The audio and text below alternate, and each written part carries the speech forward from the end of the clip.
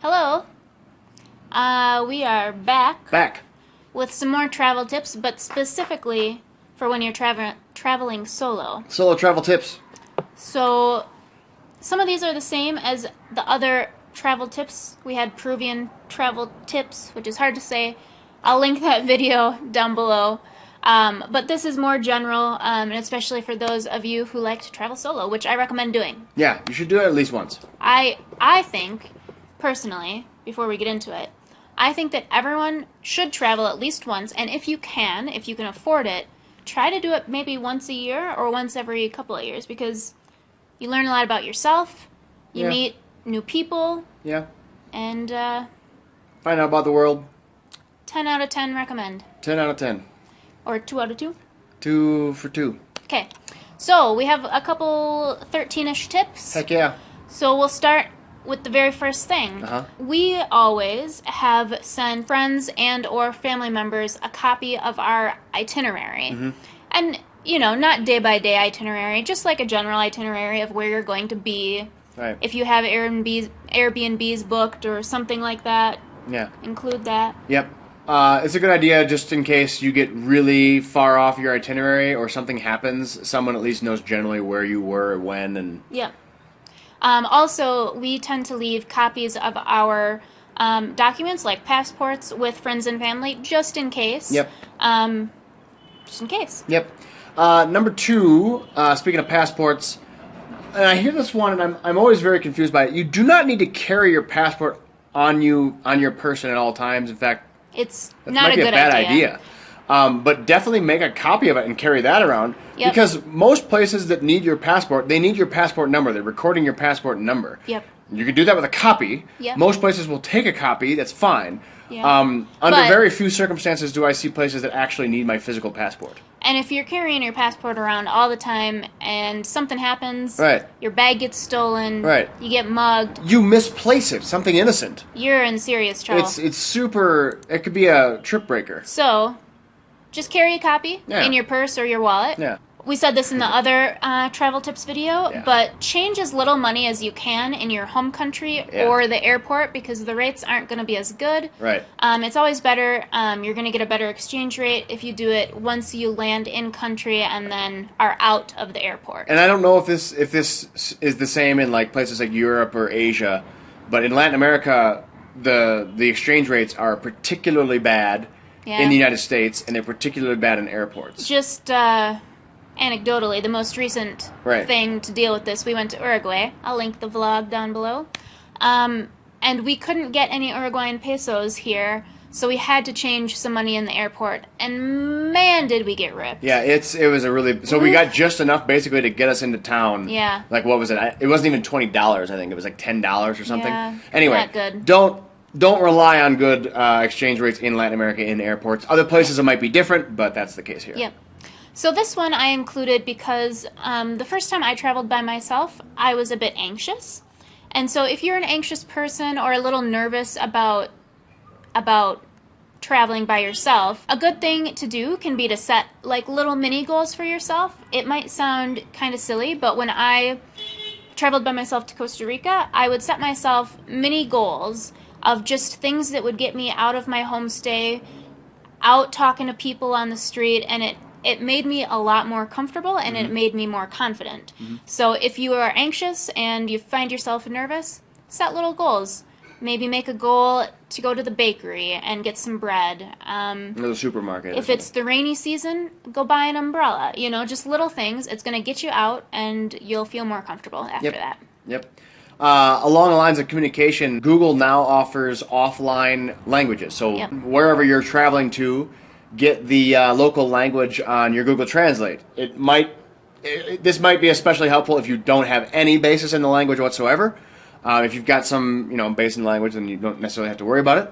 But it might be a little bit helpful just to kind of get your point across, to be able to express yourself a little bit better, directions or what have you. Yep. So for the ladies, I've met a number of not even solo travelers, but people who are traveling in groups. So sometimes, especially in Latin America, machismo is a thing, and sometimes men I don't want to say they're aggressive, but they come on a little strong sometimes. So I have known a number of women who bring either from home or buy it really cheap in country, buy a ring, put it on your finger. You will find that you become less harassed doing that. When I've been traveling solo, which makes it so it's not solo, but when I've been traveling solo, I have found buddies along the way. So when I was backpacking through Central America, I found a few guys that were kind of going on the same trail, as it were, same route, and just team up. If you stop off at hostels, there's usually dozens of people that you're running into who maybe headed the same direction at the same time. It doesn't hurt to be moving between places, to be traveling in groups. Yep. And it's a cool way to meet other people from separate cultures, and it's fun. Absolutely. I'd highly recommend doing that. There's always safety in numbers. Yep. And again, you don't have to do it the whole entire trip. I mean, if you want to go your own way, people are usually pretty understanding about that. Most people want to go their own way too. So, but going between locations in groups is probably not a bad idea. Yep. And we have said this in multiple videos. Don't be afraid to say no when people are trying to sell you things on the street. Right. Be nice about it. Right. But you don't have to say yes. You don't have to buy everything people are offering you, and just say no. Right. That's it. Yep. Really, really general. Always be aware of your surroundings. Some places are this is more important than in other places, but like just in general, when you're in unfamiliar places, unfamiliar threats are there. So these last couple of ones are going to be kind of like safety related. Mm-hmm. So one thing that I like to do is to look like you know where you're going. Absolutely. Even if you are not sure, just look like you're on a mission. You've got a purpose. You know exactly where you're going. Right. And so if there are sketchy folks abroad, then they usually think, oh, well, this person knows what they're doing. So right. Not an easy target, possibly. That isn't to say that you shouldn't stop and smell the roses from right. time to time, because yes. there's plenty to see in places that are unfamiliar. So another thing, and we had a few comments in our other Peruvian travel tips video talking about taxis, so mm-hmm. I wanted to touch on it here. Mm-hmm. So there are a lot of self-made taxis, I guess, or... people who just use their cars as taxis. Right. It's always recommended you don't take those taxis. Mm-hmm. Take an actual taxi company taxi. Yep. And also the license plates should match the numbers on their credentials, and they should have taxi credentials in the car right. that tells what company they are, their name, and again that taxi number, so to speak. Right. And different places are going to have different regulations on that. That's the case in Peru. Yeah. We've seen other places that are like that. But usually places are going to have some kind of credentials. Credentialing mm-hmm. for that. So otherwise, you're going to talk about apps? Yeah, so a lot of people use apps. Yeah. The one we've heard about here in Peru that is good to use is called Easy Taxi. We've been told that they actually do background checks on their drivers. Yep. So that is a good thing. Yep. We haven't used Easy Taxi yet, but a lot of our friends do. Uber and Lyft. Right. Those apply. They're everywhere. Yep. Party time, people. The number of stories we've heard on this account is hilarious. Yeah, People get themselves into some funny situations. And by Yeah. funny, I mean somewhat terrifying man. at times. I mean, I know that you want to go out and have fun. And you should. I want to go out and have You should. fun. But be smart. Yeah. Just really quickly, my favorite story that's funny now but could have been really bad and probably terrifying was when I was in Cusco. There was a dude who... Young guy. Going out to the bar, a little drunk, and he wanted to go back home to get some money because he wasn't done partying yet. And so he walked back to his home, got some more money, was walking back to the bar, and he got mugged. It wasn't violent. They just took his money. So then he went... He wasn't done.